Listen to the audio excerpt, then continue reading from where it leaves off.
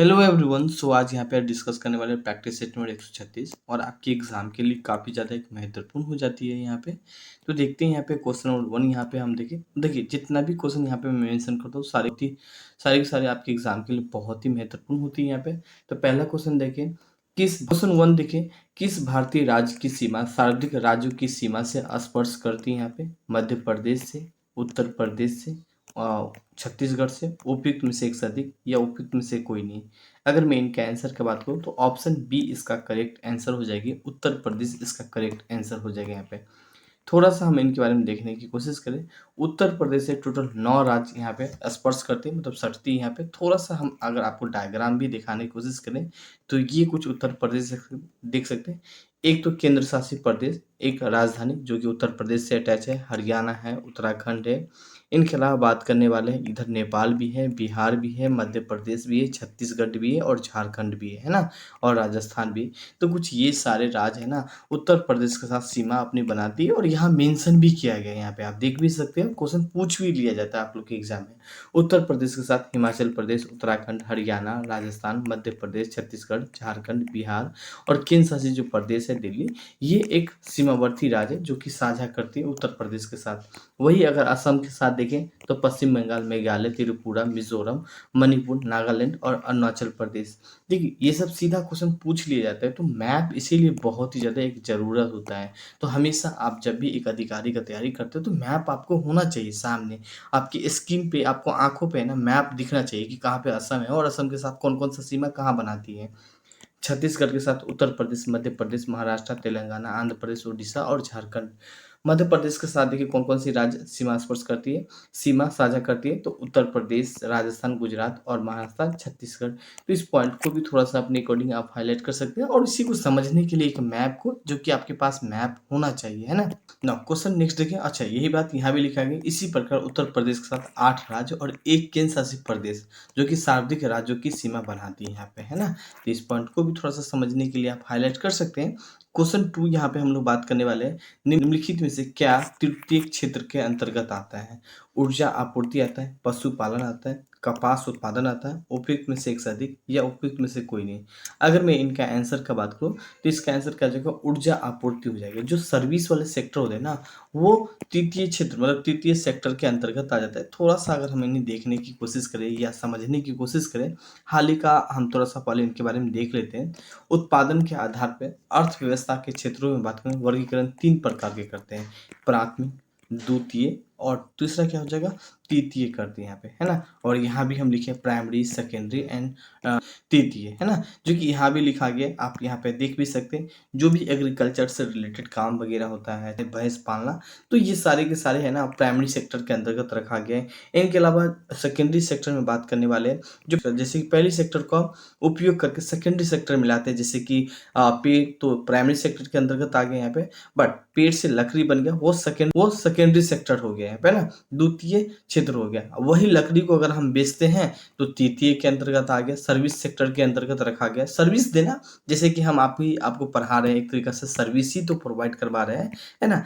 तो थोड़ा सा इनके बारे में देखिए, यही बात यहाँ भी मेंशन की गई। प्राथमिक क्षेत्र के अंतर्गत इस क्षेत्र में प्राकृतिक में देखिए, इस क्षेत्र में प्राकृतिक संसाधनों से उत्पादन किया जाता है, जिन्हें हम प्राथमिक क्षेत्र के अंतर्गत रखें। द्वितीय क्षेत्र में देखिए, इस क्षेत्र में प्राथमिक क्षेत्रों के द्वारा उत्पादित वस्तुओं को कच्चा माल के रूप में उपयोग लेकर विनिर्माण किया जाता है। तृतीय क्षेत्र में बात करें, यह क्षेत्र सेवा से संबंधित है। तो जब भी जो बात अभी हम आपको समझाए हैं, यही बात यहाँ भी मेंशन है ना, इसमें गया है ना। क्वेश्चन 3 यहाँ पे हम लोग बात करने वाले हैं। अगर कोई भी डाउट है ना, मैं बार बोल रहा हूँ, तो आप ऐसा बेहिचक कमेंट करके हमसे बात कर सकते हैं और पूछ सकते हैं, है ना। और हर संडे को हम आप लोग को प्रोवाइड करवाते हैं ये चीज़। तो फिर अगर नेक्स्ट संडे को मिलेंगे। हाल ही का क्वेश्चन 3 यहाँ पे बात करने वाले हैं, समुद्र पानी, है ना, ताज़ा हवा आदि को किस क्षेत्र के अंतर्गत रखा गया, मतलब किन वस्तुओं के अंतर्गत रखा गया है? गिफिनी वस्तु के अंतर्गत रखा गया है, या निमिंतर वस्तु के अंतर्गत रखा गया, या मुक्त वस्तु के अंदर मतलब फ्री गुड के अंतर्गत रखा गया, उपयुक्त में से एक से अधिक या उपयुक्त में से कोई नहीं। अगर मैं इनका आंसर की बात करूँ, ऑप्शन सी इसका करेक्ट आंसर हो जाएगा, फ्री वस्तु के अंतर्गत रखा गया है ना। थोड़ा सा देखिए, ये फ्री वस्तु होता है क्या है, तो फ्री वस्तु वे वस्तु होते हैं जो असीमित और साथ ही वे जीवन प्रणाली के नाते हमें उपलब्ध है, जैसे कि बात करने वाला है हवा, धूप, समुद्र, जल, ये सब एक मुफ्त गुड के अंतर्गत रखा गया। हवा, पानी, धूप तो हमें फ्री में ही तो मिलता है, उनके लिए हम थोड़े पे करते हैं, पे नहीं करते। बस यही क्वेश्चन को समझना है, फिर आंसर को टिक लगाना है ना। क्वेश्चन बेसिक ही पूछा जाता है, बट आप में से बहुत सारे स्टूडेंट कंफ्यूज हो जाते हैं क्योंकि पहली बार देखते हैं। क्वेश्चन 4 देखिए, आय और उपभोक्ता। आय जो इनकम हुआ है ना, और उपभोक्ता मतलब जो खरीदा, यहाँ पे किस प्रकार का संबंध है? विलोम संबंध है क्या? नहीं। ऑप्शन प्रत्यक्ष संबंध है क्या? बिल्कुल, डायरेक्ट रिलेशनशिप इनके बीच है ना। ऑप्शन बी को टिक लगा के चलेगा, ऑप्शन सी, ऑप्शन डी और ऑप्शन ई नहीं होगा। थोड़ा सा इनके बारे में देखने की कोशिश करें। यहाँ पे हम आय और उपभोक्ताओं का प्रत्यक्ष संबंध है, और आय बढ़ने के साथ उपभोक्ता जो कंजप्शन है उनकी खपत भी बढ़ जाती है ना। अगर इनकम बढ़ेगी तो नॉर्मल बात है कि जाहिर सी बात है, आपका मान लीजिए पहले 5 रुपया कमाते थे तो एक ही अंडा खाते थे, मगर अब 20 रुपया कमाते तो कोशिश करते हैं ना 2 अंडा खाने का। तो बिल्कुल, पहले कम था तो कम खर्चा, ज़्यादा पैसा तो ज़्यादा खर्चा। तो इसीलिए रिलेशनशिप किस टाइप का है? प्रत्यक्ष मतलब डायरेक्ट रिलेशनशिप है यहाँ पे। क्वेश्चन 5 यहाँ पे हम लोग बात करने वाले हैं, अर्थव्यवस्था की ज्ञान, तकनीकी कौशल, शिक्षा आदि को माना जाता है। मैं थोड़ा सा इनका ऑप्शन देखने की कोशिश करें। सोशल ओवरहेड कैपिटल, नहीं नहीं, ऑप्शन ए नहीं हो जाएगा। ह्यूमन कैपिटल, बिल्कुल ह्यूमन कैपिटल हो जाएगा यहाँ पे। सी, डी और ई नहीं हो जाएगा। ऑप्शन बी को टिक ला के चले आएगा यहाँ पे। थोड़ा सा इनके बारे में देखिए, मानव पूंजी के पास कई सारे गुण होते हैं, जैसे कि रचनात्मक क्षमताओं, सामाजिक कौशल आदि, जो किसी वस्तु के उत्पादन को बढ़ाने की सहायता होती है, और इसीलिए ज्ञान, तकनीकी कौशल और शिक्षा आदि को मानव पूंजी माना जाता है यहाँ पे। क्वेश्चन 6 यहाँ पे हम लोग बात करने वाले, कौटिल्य। कौटिल्य का जो अर्थशास्त्र है ना, वो किससे संबंधित है? सैन्य व्यवस्था से संबंधित, मिलिट्री सिस्टम से संबंधित है क्या? जी नहीं। राजनीतिक शासन से संबंधित है क्या? बिल्कुल, बी करेक्ट आंसर हो जाएगा। सोशल सिस्टम मतलब सामाजिक व्यवस्था से संबंधित है क्या? नहीं, सामाजिक व्यवस्था नहीं हो जाएगा। और देखिए नेक्स्ट कहते हैं, उपयुक्त में से एक से अधिक नहीं होगा, उपयुक्त में से कोई नहीं होगा। सोशल राजनीतिक शासन से संबंधित है, ऑप्शन बी इसका करेक्ट आंसर हो जाएगा यहाँ पे।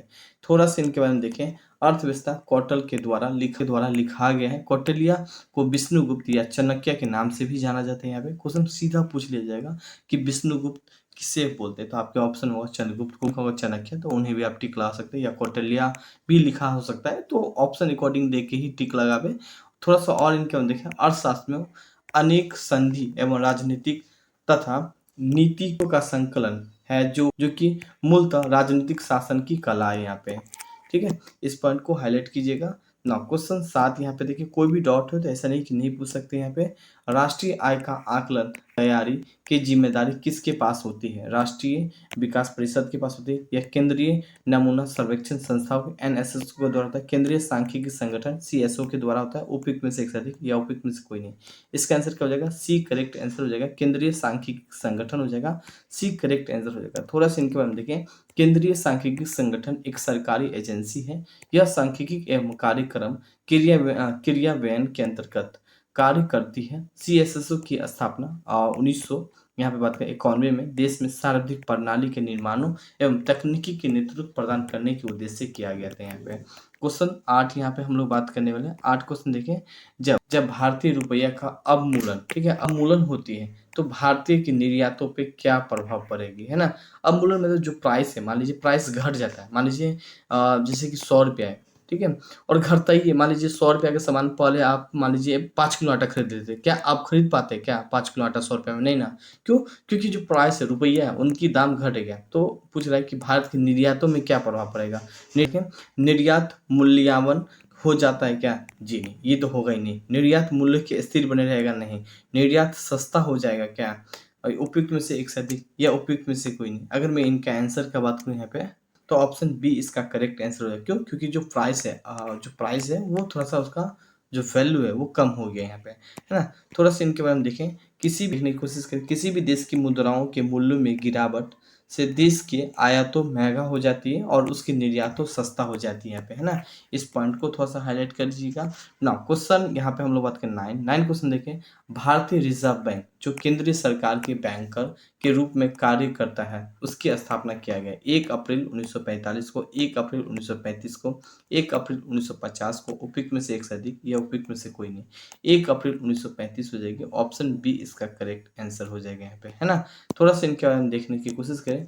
भारतीय रिजर्व बैंक भारत के केंद्रीय बैंक है, यह भारत के सभी बैंकों का संचालक है ना, तथा इसके द्वारा भारतीय अर्थव्यवस्था को नियंत्रित किया जाता है। तो इस पॉइंट को भी थोड़ा सा हाईलाइट कीजिएगा, काफ़ी ज़्यादा एक महत्वपूर्ण है। और थोड़ा सा और अगर आप जानने की कोशिश करें, जैसे कि इनका स्थापना कहाँ पे किया गया था, तो कोलकाता में किया गया था, बाद में उन्हें मुंबई कर दिया गया। तो ये सब बेसिक चीज़ें जानकारी रखना चाहिए।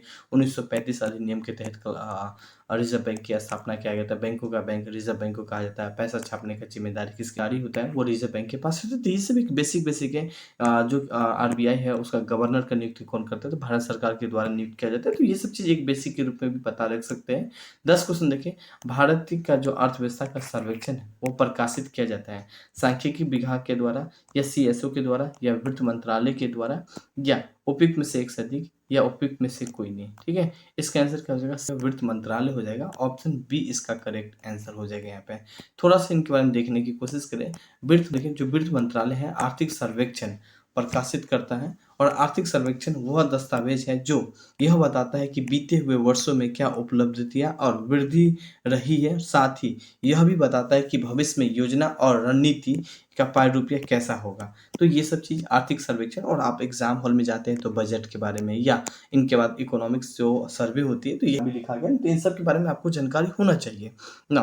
क्वेश्चन नेक्स्ट यहाँ पे हम लोग बात करने वाले हैं 11 क्वेश्चन देखें। भारतीय रेलवे का अधिकतम जो राजस्व है, बेसिक क्वेश्चन है, राजस्व आता है कहाँ से, तो कोच से आता है क्या, नहीं। टिकट से आता है क्या, नहीं। उपयुक्त में से एक से अधिक, नहीं। उपयुक्त में से कोई नहीं। वस्तु एवं परिवहन से आता है, बिल्कुल। ऑप्शन बी इसका करेक्ट आंसर हो जाएगा यहाँ पे। ठीक है, मालगाड़ी होती है ना, वहाँ से सब ज़्यादा रेलवे की कमाई होती है। भारत में रेलवे का अधिकतम राजस्व वस्तु एवं परिवहन के द्वारा आती है यहाँ पे ना। क्वेश्चन नेक्स्ट यहाँ पे हम लोग बात करें 12 क्वेश्चन देखें। भारत सरकार के बजट के आंकड़ों की कुल प्राप्ति व कुल व्यय के अंतर को क्या कहते हैं, राजकोषीय, यह बजट है याद रखिए, तो घटा भी होगा, बजटीय घाटा ही होगा यहाँ पे, है ना। राजकोषीय घाटा क्या, नहीं। बजटीय घाटा, बिल्कुल बी करेक्ट आंसर हो जाएगा। राजस्व नहीं हो जाएगा, उपयुक्त में से एक से अधिक, उपयुक्त में से कोई नहीं हो जाएगा। ऑप्शन बी को टिक लगा के चले आइएगा अपने एग्जाम हॉल में यहाँ पे, है ना। थोड़ा सा यहाँ पे आप यहाँ भी इस चीज़ को समझने के रूप में आप समझ सकते हैं। Total expenditure minus total income, मतलब सपोज डैट मान लीजिए क्या हुआ कि 100 रुपया कमाए, ठीक है, मगर खर्च कितना कर दिए, 200 रुपया। तो यही बात लिखा है, 200 रुपया आप खर्च किए, मगर कमाए थे तो 100 रुपया ही, तो माइनस में ही तो आप चले जाइएगा 100 रुपया, तो बस उसी को तो घाटा बोलते हैं। बस यही बात यहाँ भी मेंशन किया गया है।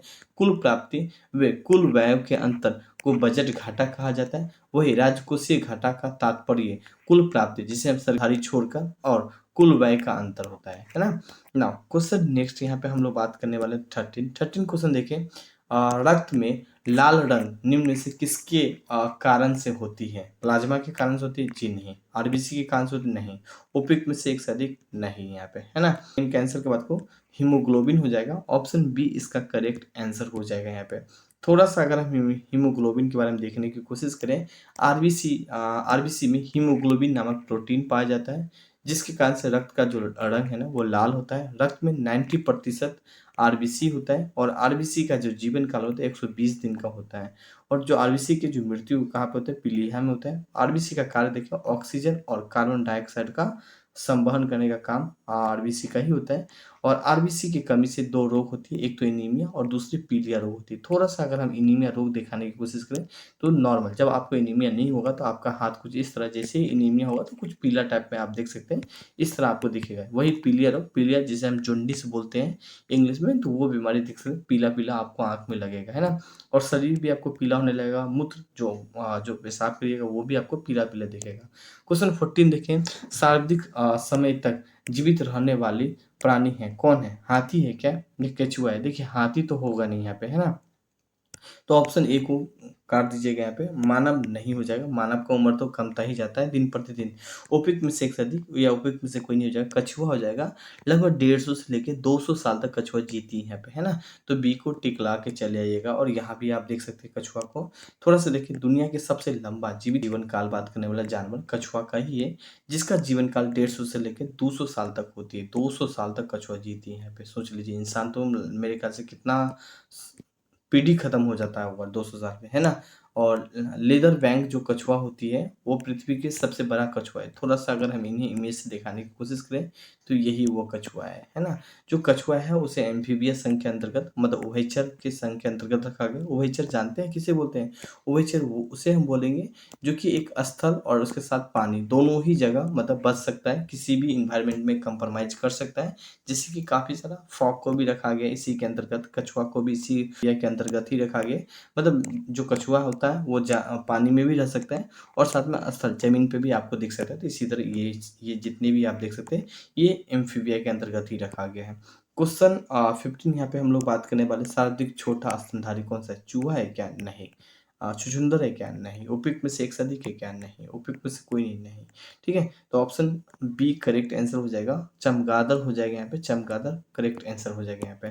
ठीक है, थोड़ा सा इनके बारे में देखने की कोशिश करें। सबसे छोटा स्तनधारी जीव कौन सा है? तो चमगादड़ को माना जाता है।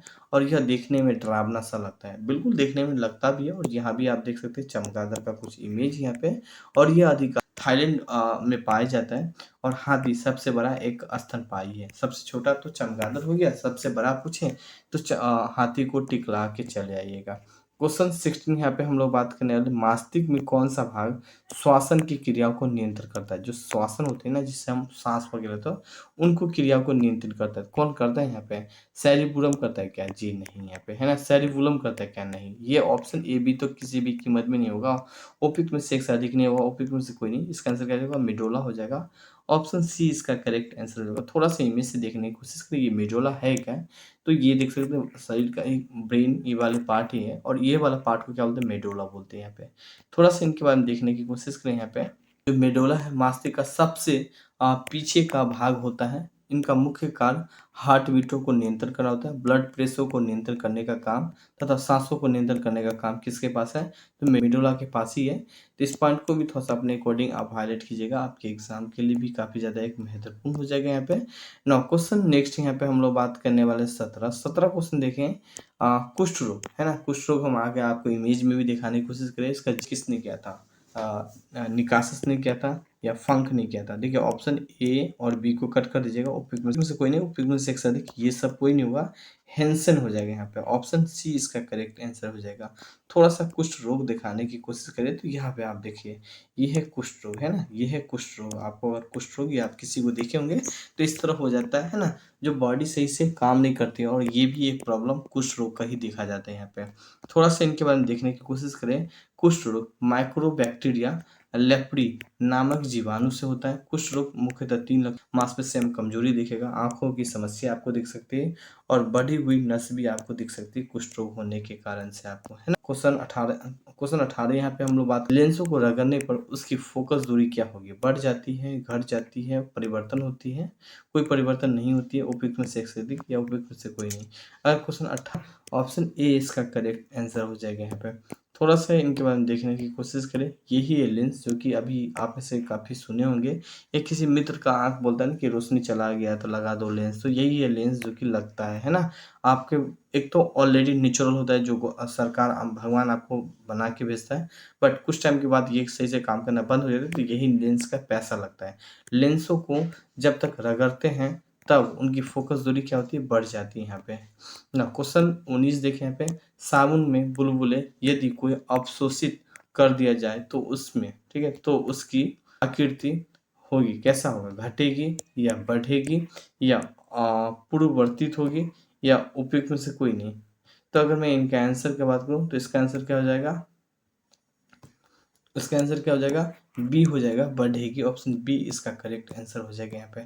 थोड़ा सा इनके बारे में देखने की कोशिश करें। यहाँ पे जब साबुन की बुलबुले में कुछ अपशिष्ट लगाया जाता है तो बुलबुले की जो आकृति है वो वृद्धि हो जाती है यहाँ पे। क्वेश्चन नेक्स्ट यहाँ पे हम लोग बात करने वाले हैं 20 क्वेश्चन देखिए, हैलोजन परिवार में सर्वाधिक कारक तत्व है, क्लोरीन का है या आयोडीन का है या फ्लोरीन का है, उपयुक्त में से एक से अधिक या उपयुक्त में से कोई नहीं। देखिए इसका आंसर के बाद वो फ्लोरीन हो जाएगा, ऑप्शन सी इसका करेक्ट आंसर हो जाएगा। थोड़ा सा इनके बारे में देखने की कोशिश करें। आधुनिक आवर्ती श्रेणी का समूह 17 में हैलोजन कहा जाता है और इस समूह में आने वाले ज्यादातर क्रियाशील होते हैं और तथा फ्लोरीन सबसे ज्यादा क्रियाशील होती है यहाँ पे, है ना। और 17 समूह में देखिए कौन कौन से आते थे, ब्रोमीन और आयोडीन, ये सारे का सारा आपको दिखेगा। एग्जाम हॉल में भी आपको यहाँ से क्वेश्चन दिख सकता है और आपके एग्जाम के लिए भी महत्वपूर्ण है। क्वेश्चन 21 देखें, अस्पतालों में सांस लेने वाले ऑक्सीजन नली में ऑक्सीजन निम्नलिखित में से गैस बदल, जो ऑक्सीजन जो होता है, हाइड्रोजन होता है क्या इसमें? नहीं। हीलियम होता है क्या, या आर्गन होती? नहीं। उपयुक्त में से एक से अधिक? नहीं। उपयुक्त में से कोई नहीं। इसका आंसर क्या हो जाएगा? हीलियम हो जाएगा। ऑप्शन बी इसका करेक्ट आंसर हो जाएगा यहाँ पे, है ना। देखिए यही बात तो बोल रहा है क्वेश्चन, जो सांस लेते हैं, आप में से बहुत सारे ऐसे देखे होंगे सांस लेते हुए। इस तरह सिलेंडर भी आप देखे होंगे, तो इसमें क्या भरा होता है? तो हीलियम भरा होता है प्लस ऑक्सीजन भरा होता है। अस्पतालों में श्वासन के लिए श्वासन ट्यूब पर ऑक्सीजन तथा हीलियम होते हैं। यहाँ पे इस पॉइंट को भी थोड़ा सा हाईलाइट कीजिएगा। थोड़ा सा और यहाँ पे इनके बारे में देखने की कोशिश करें। मैंने इनके बारे में काफ़ी कुछ मेंशन करके रखा है। और ऑक्सीजन और हीलियम को, इस मिश्रण को क्या कहा जाता है? हेलो ऑक्सी कहा जाता है। हेलो ऑक्सी एक श्वासन गैस है। अगर हीलियम की बात करें तो He से डिनोट करते हैं, ऑक्सीजन की बात करें O2 से डिनोट करते हैं यहाँ पे, है ना। एक मिश्रण होता है। हीलियम को H इससे प्रतीक करते हैं और परमाणु की संख्या 2 होती है ना। एक रासायनिक तत्व है। यह एक रंगीन, गंधहीन और विषवाद गैर विषैली अकेलिए एक परमाणु गैस आवर्ती श्रेणी में पहले उत्कृष्ट गैस का समूह है। यहाँ पे यहाँ मेंशन किए क्योंकि ऑक्सीजन भी सिलेंडर में होता है और हीलियम के बारे में देखे यहाँ पे।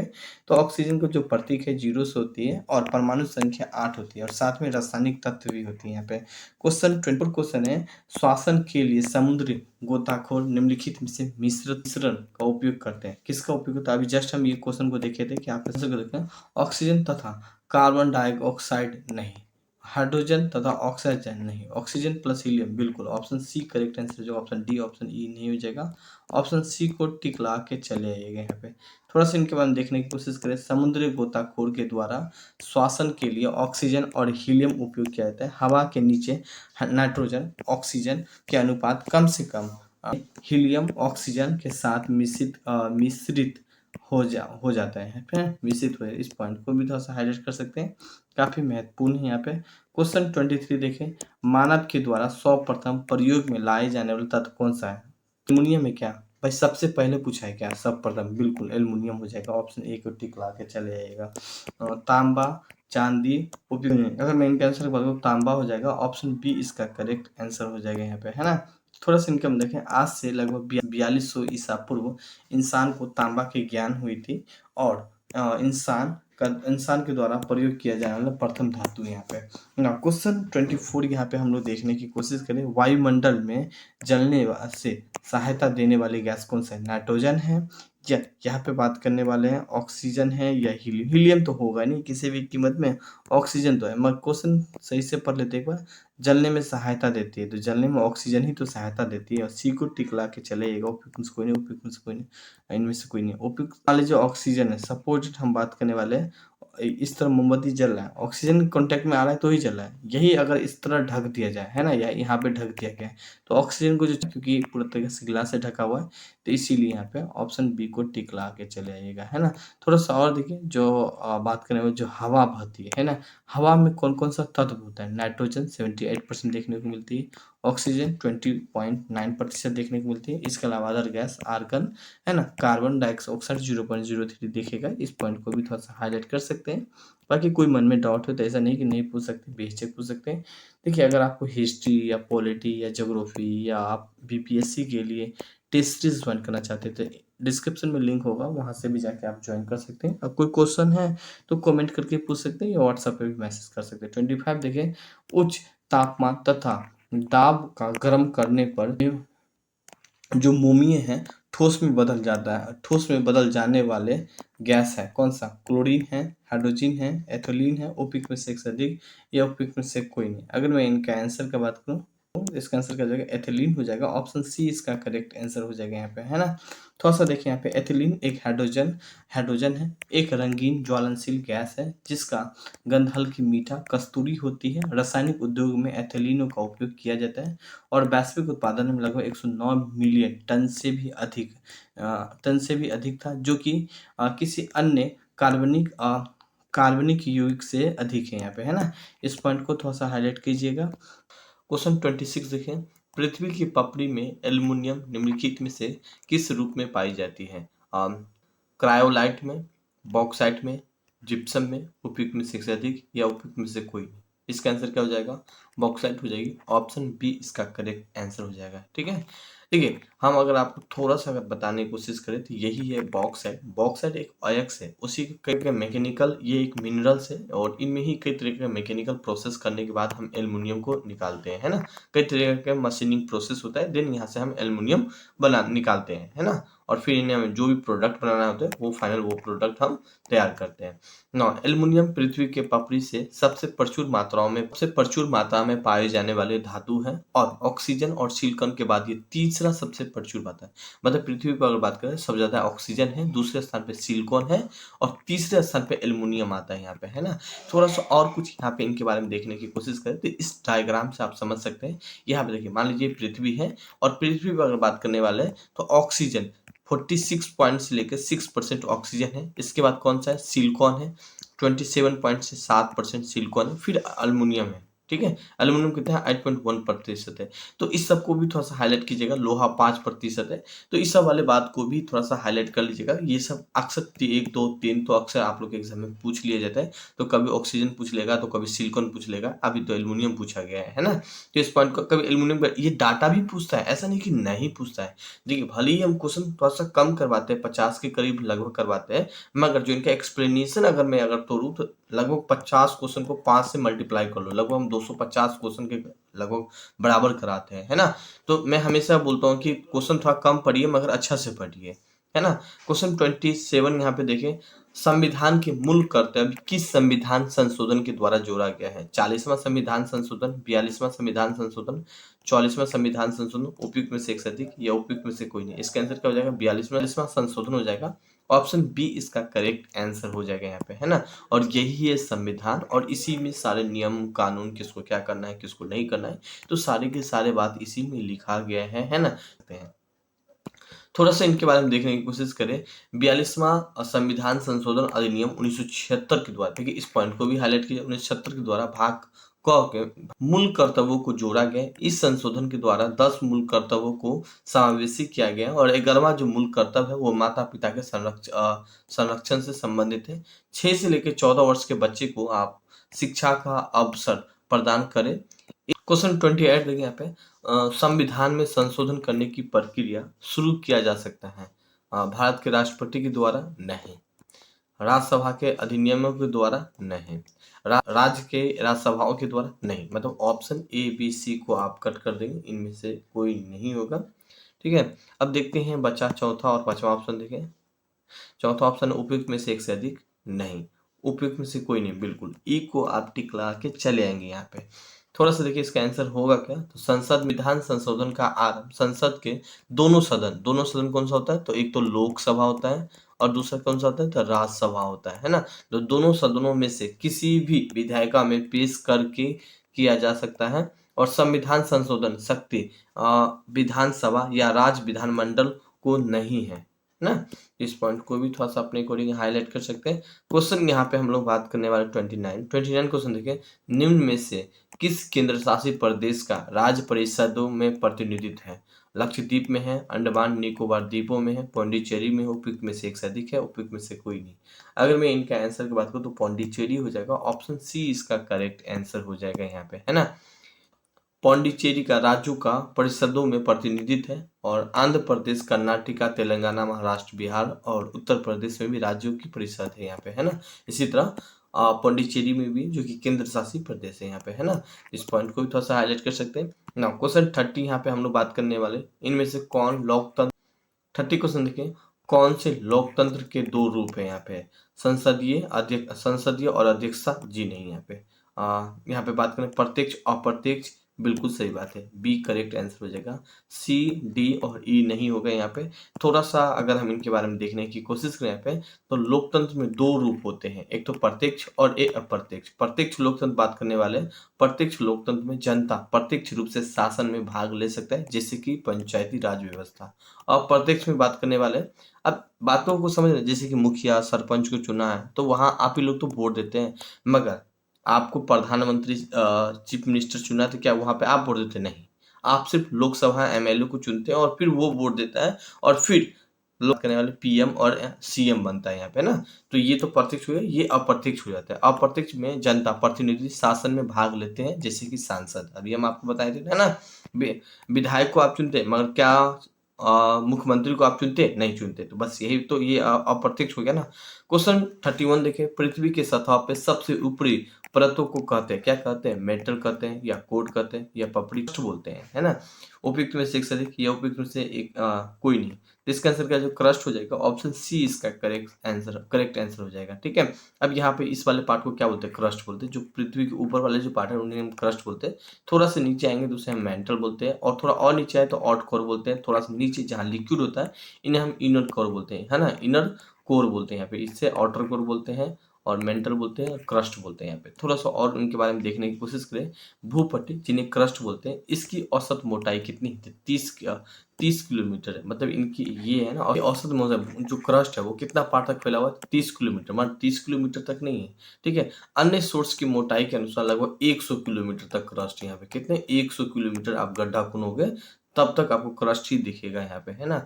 और यहाँ पे बात करें क्रस्ट का निर्माण, मुख्यतः इसका जो निर्माण है ना वो सिलिका और एल्युमिनियम से हुआ है ना, इसका निर्माण हुआ है। क्वेश्चन 32 यहाँ पे बात करने वाले हैं, वायुमंडल में कौन सा परत उल्का पिंडों के जलने के अनुभव कर सकती है यहाँ पे? तो ऑप्शन थोड़ा सा देखने की कोशिश करें। मसर की बात करो तो हालिका मध्य मंडल ही हो जाएगा, वायुमंडल नहीं होगा। अगेंस्ट यहाँ लिखा गया, बट कोई बात नहीं, ऑप्शन ए करेक्ट आंसर हो जाएगा यहाँ पे। थोड़ा सा दिखाने की कोशिश करें यहाँ पे। देखिए, हालिका हम 4 पार्ट में इन्हें हम डिवाइड करते हैं, और ट्रोपोस्फेयर, स्ट्रेटोस्फेयर, मेसोस्फेयर, जिन्हें हम क्या बोलते हैं? मध्य मंडल बोलते हैं यहाँ पे, है ना। और यही पे उल्कापिंड यहाँ पे देख सकते हैं, जो कि 50 से लेके 80 किलोमीटर तक फैला हुआ है यहाँ पे, है ना। और इन्हें हम बोलते हैं वायुमंडल, है ना, जो कि 700 से 1000, पृथ्वी की जब ऊपर चलेंगे तो 700 से 1000 किलोवाट में हमें ये चीज़ देखने को मिलेगा, जहाँ पे हम सैटेलाइट वगैरह को इंस्टॉल करते हैं, है ना। और अच्छा, थोड़ा सा इनके बारे में देखने की कोशिश करें। मध्य मंडल जिन्हें हम बोलते हैं मेसोस्फेयर, वायुमंडल की परत उल्का पिंडों के जलने का अनुभव कराती है। और जो बात अभी हम समझाए हैं यही बात यहाँ भी मेंशन है, बट कोई बात नहीं, है ना। ना क्वेश्चन नेक्स्ट यहाँ पे हम 33 देखने की कोशिश करें। उत्तरी अमेरिका, क्वेश्चन 33 देखिए, उत्तरी अमेरिका में शीतोष्ण जल स्थल इस नाम से जाना जाता है। पंपास होगा, या यहाँ पे बात करो डॉन होगा। पेरिरीज है क्या है? ये घास का मैदान का नाम है। वही अगर पूछे डॉन का जो घास का मैदान कहाँ पे? ऑस्ट्रेलिया में है। स्टेपी पूछे कहाँ पे? यूरेशिया में है। पंपास पूछे कहाँ पे? तो दक्षिणी अमेरिका में है, दक्षिणी अमेरिका के अर्जेंटीना में। पंपास अक्सर एग्जाम में पूछ लिया जाता है। और देखिए यहाँ भी आपको दिख सकता है, ये है घास का मैदान का कुछ है पंपास, यहाँ पे आप देख सकते हैं, है ना। और यहाँ वाला पार्ट में भी आप देख सकते हैं पंपास, जो कि दक्षिण अमेरिका में है। इनके बाद पेरियार यहाँ पे आप देख सकते हैं, उत्तरी अमेरिका में आप देख सकते हैं। इनके अलावा अगर आप सवाना देख सकते हैं, स्टेपी देख सकते हैं, तो ये सारा एक घास का मैदान ही है। हम कभी इस पे भी एक वीडियो बना लेंगे आप लोग के लिए, है ना। क्वेश्चन 34 देखने की कोशिश करें। नागा खासी गोरो पहाड़ी स्थित है कहाँ? या पेरिज होता है, या उपयुक्त में से एक से अधिक, या उपयुक्त में से कोई नहीं। इसका आंसर सी करेक्ट आंसर हो जाएगा यहाँ पे। थोड़ा सा देखने की कोशिश करें, और यहाँ लिखा भी गया है ना। पूर्वांचल पर्वतीय माला में, या काराकोरम पर्वतीय माला में, जास्कर पर्वतीय माला में उपयुक्त में से एक से अधिक, या उपयुक्त में से कोई नहीं। इसका आंसर क्या हो जाएगा? पूर्वांचल पर्वतीय माला में हो जाएगा। ऑप्शन ए इसका करेक्ट आंसर हो जाएगा यहाँ पे, है ना। थोड़ा सा इनके बारे में देखें। पूर्वांचल श्रेणी में भारत के उत्तरी पूर्वी क्षेत्रों में हिमालय यंत्र का भाग है, और पूर्वांचल श्रेणी के अंतर्गत गोरो खासी जनजाति और पिटकाई और लुइस आदि पहाड़ी आती है यहाँ पे ना। क्वेश्चन 35 यहाँ पे देखने की कोशिश करें। कौन सा हिमताप वाली नदी है? कौन सा हिमताप वाली नदी है यहाँ पे? तो यमुना है, या कावेरी है, नर्मदा है, उपयुक्त में से एक से अधिक या उपयुक्त में से कोई नहीं। इसका आंसर की मैं बात करूँ तो यमुना हो जाएगी, ऑप्शन ए इसका करेक्ट आंसर हो जाएगा यहाँ पे।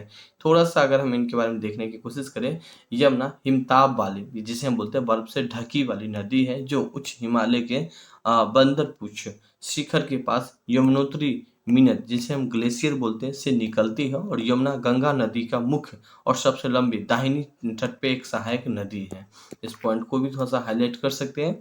क्वेश्चन यहाँ पे हम लोग बात करने वाले हैं 36। निम्न नदियों में से कौन सा नदी भारत से निकलकर पाकिस्तान में जाती है? सतलुज, घाघरा, बेतवा, उपयुक्त में से एक से अधिक या उपयुक्त में से कोई नहीं। इसका आंसर क्या हो जाएगा? सतलुज हो जाएगा, ऑप्शन ए इसका करेक्ट आंसर हो जाएगा यहाँ पे। थोड़ा सा देखिए इनके बारे में। सतलुज नदी मानसरोवर झील के समीप स्थित राकसताल झीलों से निकलती है और शिपकला दर्रा के पास प्रवेश करते हैं। यह सिंधु की सहायक नदी है और सतलज नदी को हम सतलज नाम से भी जानते हैं। क्वेश्चन 27 बात करने वाले हैं, निम्न में से किसने वर्ष 1503 में भारत का पहला यूरोपीय किला बनवाया था? यहाँ पे पुर्तगाल ने बनाया था, या फ्रेंच ने बनाया था, या ब्रिटिश ने बनाया था, या उपयुक्त में से एक से अधिक या उपयुक्त में से कोई नहीं। अगर मैं इनके आंसर की बात करूँ, पुर्तगाल हो जाएगी, ऑप्शन ए इसका करेक्ट आंसर हो जाएगा यहाँ पे, है ना। और फोर्ट यहाँ पे देख सकते हैं 1503 में पुर्तगाल के द्वारा बनाया था। थोड़ा सा अगर पुर्तगाल का नाम देखें तो भारत में इसका आगमन कब हुआ था? तो 1498 में हम देखते हैं यहाँ पे कहाँ पे आगमन होता है सबसे पहले भारत में, तो केरल वाले जगह में हुई थी और आया था। तो सबसे पहले इसका स्वागत किसने किया था? तो केरल के जो राजा था जमुन, इसने उसको स्वागत किया था। यहाँ पे आया क्यों था? तो मसाला का व्यापार करने के लिए आया था। तो एक बेसिक के रूप में इस पॉइंट को भी थोड़ा सा हाईलाइट कर सकते हैं, मेंशन नहीं था इसीलिए मैं बता दिया। 38 देखिए, निम्न में से कौन सा स्थल पर 1920 में भारतीय राष्ट्रीय कांग्रेस का बैठक हुआ था? यहाँ पे ना थोड़ा सा देखिए इनके बारे में, मुंबई में या नागपुर में या तिरुवनंतपुरम में, उपयुक्त में से एक से अधिक या उपयुक्त में से कोई नहीं। इसका आंसर क्या हो जाएगा? नागपुर हो जाएगा यहाँ पे, ऑप्शन सी इसका करेक्ट आंसर हो जाएगा यहाँ पे। थोड़ा सा देखिए इनके बारे में, 1920 में भारतीय राष्ट्रीय कांग्रेस नियमित बैठक नागपुर में हुई थी, जिनकी अध्यक्षता चक्रवर्ती कौन कर रहा था? तो चक्रवर्ती विजय राधा वार्षिक कर रहे थे। यहाँ पे इस पॉइंट को भी थोड़ा सा हाईलाइट कर सकते हैं। नाउ क्वेश्चन 39 देखिए, विश्व मौसम दिवस कब मनाया जाता है? 22 मार्च को, 23 मार्च को, 24 मार्च को, उपयुक्त में से एक से अधिक या उपयुक्त में से कोई नहीं। आंसर हो जाएगा 23 मार्च हो जाएगी, ऑप्शन ए इसका करेक्ट आंसर हो जाएगा यहाँ पे, है ना। यह दिवस क्यों मनाया था? यह दिवस विश्व विज्ञान संगठन की स्थापना के उपलक्ष्य में मनाया जाता है और जिनका उद्देश्य होता है पृथ्वी के मौसम से संबंधित जागरूकता करना। इस पॉइंट को भी थोड़ा सा हाईलाइट कर सकते हैं। हाल ही में 111वां बिहार का, यहाँ पे 111वां होना चाहिए यहाँ पे, है ना, बिहार दिवस कब मनाया गया? 12 मार्च को, 22 मार्च को और 12 फरवरी को, उपयुक्त में से एक से अधिक या उपयुक्त में से कोई नहीं। इसका आंसर होगा, इसका आंसर में बात करने वाला हूँ तो 22 मार्च हो जाएगा, ऑप्शन बी इसका करेक्ट आंसर हो जाएगा यहाँ पे। थोड़ा सा इनके बारे में देखने की कोशिश करें। बिहार दिवस हर साल 22 मार्च को मनाया जाता है। वर्ष 2023 में इसका 111वां स्थापना दिवस के रूप में मनाया गया था, जिनका थीम अगर हम बात करें, युवा शक्ति बिहार की प्रगति, कुछ इनका थीम के साथ इन्हें मनाया गया। और 22 मार्च 1912 को बंगाल से अलग होकर एक नया राज्य का गठन किया गया था यहाँ पे, है ना। नाउ थोड़ा सा और इनके बारे में देखने की कोशिश करें। बिहार सरकार वर्ष 2010 से राज्य के स्थापना दिवस के रूप में मनाने का एक निर्णय लिया था और बिहार जो है ना, वो पूर्वी भारत वाले भाग में, अब मैप देखोगे तो पूर्वी भारत वाले भागों में बिहार स्थित है ना। बिहार की उत्पत्ति बौद्ध मठों से हुई है और जिसका राजधानी बात करें, जो बिहार की राजधानी और सबसे बड़ा शहर की बात करें बिहार का, तो पटना है। तो इस पॉइंट को भी थोड़ा सा अपने अकॉर्डिंग आप हाईलाइट कर सकते हैं। क्वेश्चन 41 देखें, विश्व गोरैया दिवस कब मनाया जाता है? 20 मार्च को, 22 मार्च को, 22 अप्रैल को, उपयुक्त में से एक से अधिक या उपयुक्त में से कोई नहीं। ठीक है, ये गोरैया दिवस हम यहाँ पे मेंशन क्यों किए? क्योंकि जो बिहार का है ना, अगर बिहार का अगर पक्षी के रूप में किसे रखा गया तो गोरैया को रखा गया है। दिन हम इसलिए इस क्वेश्चन को यहाँ पे सेट किए। हालांकि ये 20 मार्च को मनाया जाता है, ऑप्शन ए इसका करेक्ट आंसर हो जाएगा। और ये कुछ इमेज में आप देख सकते हैं गोरैया को, है ना। इसीलिए यहाँ पे हम थोड़ा सा मना लिए थे। एंड देख सकते हैं राजकीय पक्षी अगर बात करें बिहार का तो गोरैया ही है। थोड़ा सा इनके बारे में पहले देखेंगे, फिर इनके बारे में देख लेंगे। प्रत्येक वर्ष विश्व गोरैया दिवस 20 मार्च को मनाया जाता है। यह दिवस लोगों को गोरैया के प्रति जागरूकता बढ़ाने और उसके संरक्षणों के लिए मनाया जाता है। विश्व में पहली बार गोरैया दिवस 2010 में मनाया गया था और याद है 2010 में ही है ना, बिहार दिवस के रूप में भी हम मनाते हैं। 2010 से ही बिहार दिवस के रूप में मनाते हैं। ठीक है, राज्य अगर बात करें बिहार का, राजकीय पक्षी कौन सा है तो गौरैया है, राजकीय पशु कौन सा है बैल है, राजकीय वृक्ष कौन सा है पीपल है, राजकीय फूल बात करने वाला है तो गेंदा है यहाँ पे, है ना। इस पॉइंट को भी अपने अकॉर्डिंग आप हाईलाइट कर सकते हैं ना। क्वेश्चन 42 यहाँ पे बात करने वाला है, राष्ट्रीय सीनियर पैरा टेबल टेनिस प्रतियोगिता 2023 को किस खिलाड़ी को पहला पदक जीता है यहाँ पे, मनीषा राजपूत या विधि कुमारी या प्रिया कुमारी, उपयुक्त में से एक से अधिक या उपयुक्त में से कोई नहीं। इसका आंसर क्या बी करेक्ट आंसर हो जाएगा, विधि कुमारी हो जाएगी। यहाँ पे थोड़ा सा देखने की कोशिश करें। यहाँ पे हाल ही में इंदौर मध्य प्रदेश में आयोजित राष्ट्रीय सीनियर पैरा टेबल टेनिस प्रतियोगिता 2023 में बिहार की बेटी विधि कुमारी के रजत पदक किया है ना। क्वेश्चन नेक्स्ट यहाँ पे हम लोग बात करने वाले हैं, कुछ क्वेश्चन हम मैथ का भी सीख किए और आप लोग के एग्जाम में आता भी यहाँ पे, है ना। तो पहले तो इन क्वेश्चन को हम करने से पहले थोड़ा समझ लें। कह रहा है एक वस्तु का क्रय मूल्य और विक्रय मूल्य का अनुपात कितना है, तो क्रय मूल्य का अनुपात 13 है ना, और विक्रय मूल्य मतलब 13 रुपये में खरीदा और यहाँ पे 9 रुपये में बेच दिया। यदि वस्तु 320 रुपये का हानि होता है, बट यहाँ हानि कितना का हो रहा है, यहाँ हानि हो रहा है तो हानि 4 रुपये का हो रहा है, मगर यहाँ कह रहा है कि हानि 320 रुपये का हो रहा है। तो 4 बराबर 320 लिख सकते हैं, डिवाइड कर दीजिए 4 से 320 में, क्या होगा 8 चौक 32, है ना। तो वह 1 बराबर हो जाएगा यहाँ पे 80 हो जाएगा यहाँ पे। अब आगे देखते हैं, क्रय और विक्रय मूल्यों को अगर जोड़े तो कितना होगा, क्रय और विक्रय मूल्य को जोड़े तो कितना हो जाएगा यहाँ पे, 13 और 9 को जोड़े, क्रय और विक्रय मूल्य तो यही था, तो कितना हो गया, तो क्रय और विक्रय मूल्य 22 हो जाएगा, है ना। क्रय और विक्रय मूल्य को जोड़ देंगे तो 22 हो जाएगा।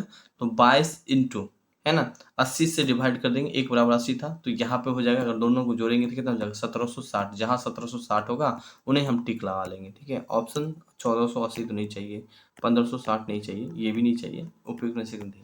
देखिए इसका ई टिक लगा के आइएगा, उपयुक्त में से कोई नहीं हो जाएगा, इसका आंसर क्या हो जाएगा 1760 हो जाएगा, मैं आपको बता रहा हूँ, है ना। ना क्वेश्चन नेक्स्ट यहाँ पे हम लोग बात करने वाले हैं, बेसिक क्वेश्चन सभी है यहाँ पे।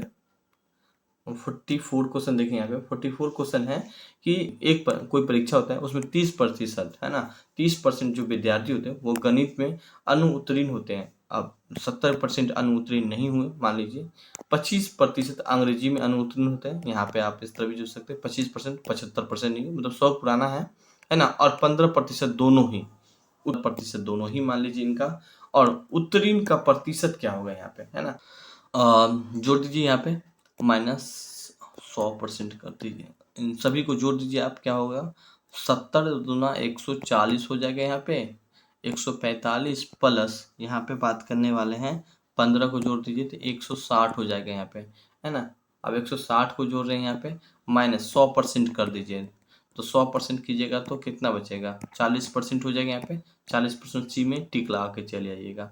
बात को समझ रहे हैं यहाँ पे, 30% पूछ रहा है तो 70% उत्तीर्ण नहीं हुए, यहाँ पे पूछ रहा है 25%, तो मान लीजिए 75% उत्तीर्ण नहीं, मगर दोनों 15% होना चाहिए, है ना, तो दोनों 15% लिख देंगे, इनके अलावा -100 कर देंगे तो अपने आप आंसर आपको चले आएगा यहाँ पे ना। क्वेश्चन नेक्स्ट यहाँ पे हम लोग बात करने वाले हैं, एंड नेक्स्ट क्वेश्चन है कि 5 मजदूर, है ना, इस क्वेश्चन को करने के लिए एक फार्मूला होता है, आप इन्हें यूज कर सकते हैं। 5 मजदूर 12 घंटे काम करता है, तो पहले तो हम आपको बता देते हैं, एम क्या होता है, यहाँ पे मजदूर हो गया, डी कितना दिन तक काम किया, कितना समय, टी कितना टाइम तक काम किया, और फिर क्या वर्क किया, ठीक है, डब्ल्यू वर्क हो गया यहाँ पे। पर इसी तरह M2 दूसरा आदमी हो जाएगा यहाँ पे, D2 प्लस T2 प्लस यहाँ पे ओमन क्या काम किया। अब इसी फार्मूला पर लिख देंगे, 5 मजदूर लिख दिए, 12 घंटा लिख देंगे यहाँ पे, इनके अलावा 30 दिन लिख देंगे, है ना। और पूरा वर्क क्या होगा, तो पूरा काम कर सकते हैं, मान लीजिए एक यहाँ पे आप लिख सकते हैं ना। आगे यहाँ पे देखिए 12, ठीक है, फिर लिखेंगे 12 घंटा और 15 मजदूर कर दिए, और इसी काम को और इसको आधा कार्य करता है, और इसी को आधा कार्य करता है, मतलब 1/2 कार्य करता है यहाँ पे, है ना। तो यहाँ 1/2 लिख देंगे, यहाँ 1 लिखे थे, ये तो वर्क था ना, इसीलिए 1 लिख दिए यहाँ पे, मान लीजिए ये आधा वर्क है तो 1/2 लिख दिए। तब पूछ रहा है कि यह इसे आधा कार्य कितना दिन में करता था, ये डी पूछ रहा है यहाँ पे, है ना। अब इनको अगर आप पूरा तरीका से कैलकुलेट करोगे ना, कैलकुलेट करो, जैसे कि अब इन्हें हम था सॉल्व करें तो 12 से 12 कट गया, काट दीजिए यहाँ पे, है ना। इनके अलावा 15 दूनी 30, यहाँ पे 2 बचा, है ना। अब 5 दूनी 10 हो गया यहाँ पे, और इक्वल टू 2/1, 2/1 हो जाएगा, मान लीजिए 10/2। आंसर 5 होगा यहाँ पे। आंसर देखेंगे जा, मतलब यहाँ पे क्या बचा, इधर 10 बचा, ठीक है, 10 बचा, इक्वल टू यहाँ पे बात करें 1/1/2 बचा ना, तो इधर इसको अगर हम इधर लाएंगे तो क्या कितना होगा, 10/2। आप सॉल्व करिएगा, हो जाएगा, 5 जहाँ भी होगा वहाँ टिक लगा के चले जाइएगा, 5 यहाँ पे है ना। तो कैसे आज का हम 45 क्वेश्चन ही ले पाए, बट कोई बात नहीं, हम लोग फिर मिलेंगे नेक्स्ट संडे में। बाकी अगर आपको टेस्ट सीरीज वगैरह भी ज्वाइन करना चाहते हैं, 600 है आपके एग्जाम के लिए, हम टेस्ट सीरीज भी डिज़ाइन किए। आपको हिस्ट्री, पॉलिटी, ज्योग्राफी, इकोनॉमिक्स या इनके अलावा आप बीपीएससी के लिए फुल कोर्स भी ज्वाइन करना चाहते हैं, आप ये भी ज्वाइन कर सकते हैं। 600 तो टेस्ट के लिए 1 टाइम पेमेंट है, फिर आपके एग्जाम तक होने वाले। ये मेरा ऐप का लिंक है, डिस्क्रिप्शन में मिल जाएगा, 24 स्टडी सेंटर, आप सर्च भी मार सकते हैं। और ये कुछ कॉन्टैक्ट नंबर है, आप मुझसे बात करना चाहते हैं यहाँ भी बात कर सकते हैं। Thank you and have a nice day, है ना। मिलते हैं किसी और वीडियो में।